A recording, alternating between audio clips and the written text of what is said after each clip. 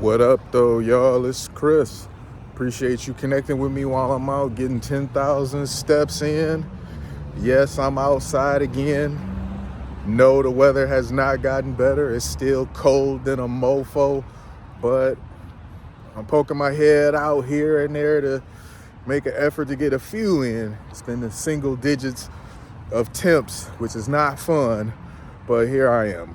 I'm out here, so I'm gonna kick it with y'all while I get a few steps in.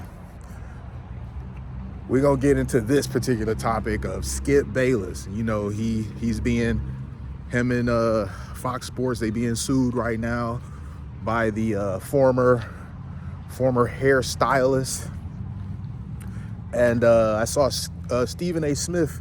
He was defending Skip Bayless, and I wasn't surprised. Just because, well, basically for what he said. He pointed out that he took heat for defending Jay-Z, but the reason why he defended Jay-Z was because he's known Jay-Z for a very long time. I think like 20, 25 years, somewhere in that range. And the person that he knows was not capable of doing the things that he was being accused of. I get that. When you know somebody a long time, you start hearing some stuff that's kind of out of character. Not that you know everything about their life, but if it just sounds like something that is just way out there for the person that you know, you are going to be skeptical. What kind of friend would you be if you just immediately, especially a man in this industry, when you know that Me Too has been grossly weaponized and that men like yourself who are privileged in terms of financially, you become high powered and well off, you guys are very much targeted. So why would you just immediately believe the worst about a guy that you know, when you know that him being in the position that he's in, he's going to be a target for people who just want an easy buck? So I get that. I totally understood it. I didn't have a problem with that.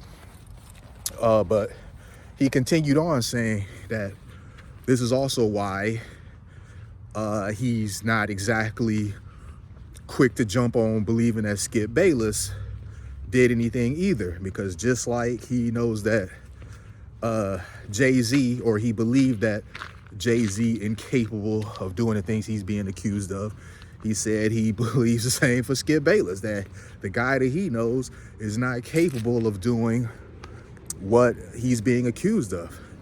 You know, when it comes to Stephen A. Smith, I disagree with a lot of stuff that he says and does, but one thing I will say is that the people that are his friends, his homies, he absolutely is going to stand behind them until he sees evidence otherwise. And I can appreciate that, because I think if somebody who's supposed to be your friend and some allegation by some faceless person comes out against you, especially in the case of Jay-Z, we seen what the woman, well, no, we still haven't seen what the woman looks like, but some faceless accuser out of nowhere from something that happened 20 years ago, allegedly, says this and that, and the details about it are just impossibility.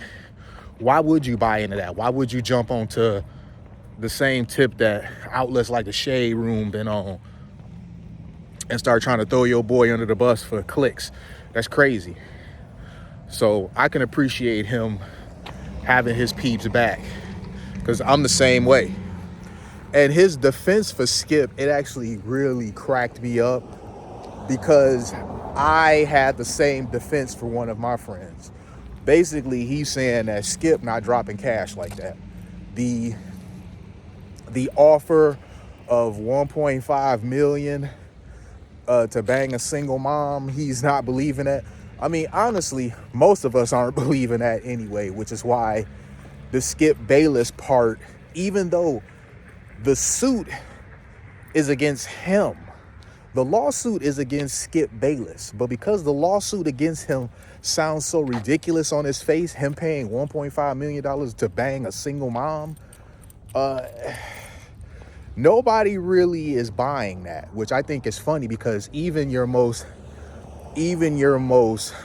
adamant feminists, even they just not really believing that, because they not even really talking about that all that much. But Stephen A says that not only does he not believe this because the person that he knows is not capable of this, but the person that he knows just ain't dropping no cash like that. He said the Skip Bayless he know, you ain't even getting $15 out of. So 1.5 million, that's just out. And yeah, Dono guy, listen, if you've been around enough guys with money, I've been around quite a few dudes with money by me doing real estate.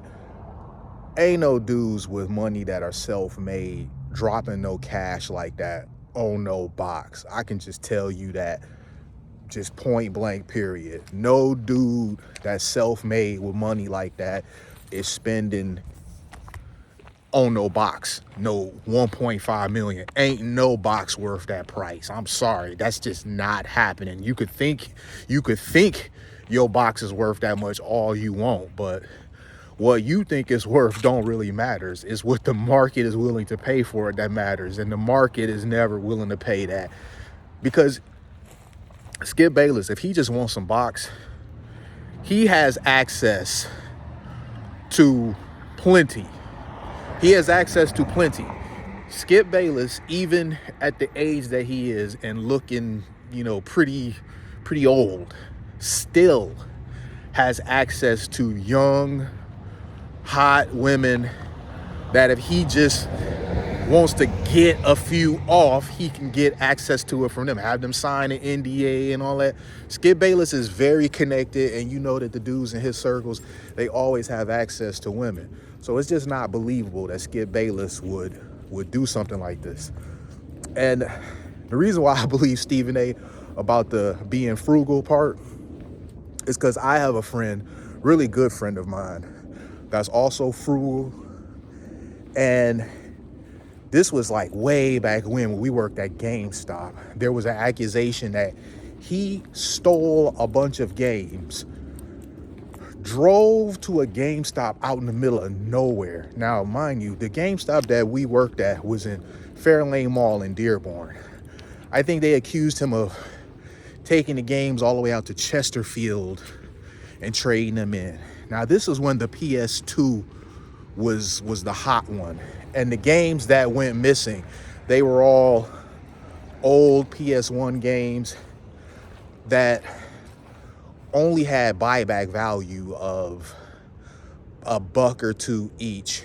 And I didn't believe it. One, the guy that I know, he doesn't steal. He just morally would not steal.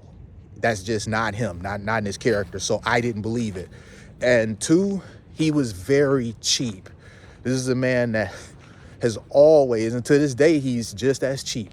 He's so frugal with his money that I could not imagine him driving all the way out to where they accused him of driving to trade in these games for 50 cents, 75 cents, $1, all of these games.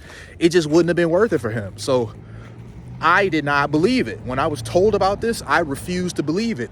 And I remember someone who we worked with, who's kind of a friend of me, she asked me, why are you so adamant about this? Why are you so hell-bent and stuck on the idea of him not doing it? Why do you refuse to believe that he did this?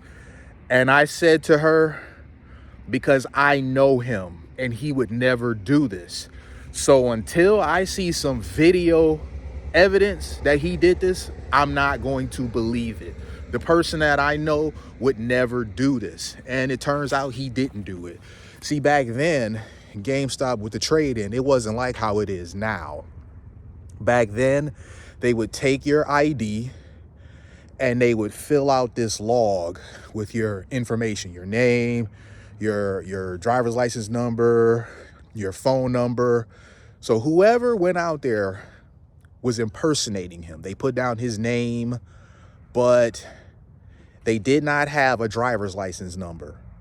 So for that reason, they couldn't prove it was him. Also, they didn't have video of him walking into the store around the time that the stuff was traded in. Lastly, He was at school at the time. The college that you guys see me walk around, CCS, that I always say the old school that I used to go to, he went there too. And he was able to provide proof that he was in class at that time. So he didn't do it, but I never once wavered in my belief that he didn't do it, even before all of that stuff was provided. So the whole, he's too cheap, he would never do this, yeah, I feel that defense. I really do, because that was my defense when it came to my homie, man. So I totally understand.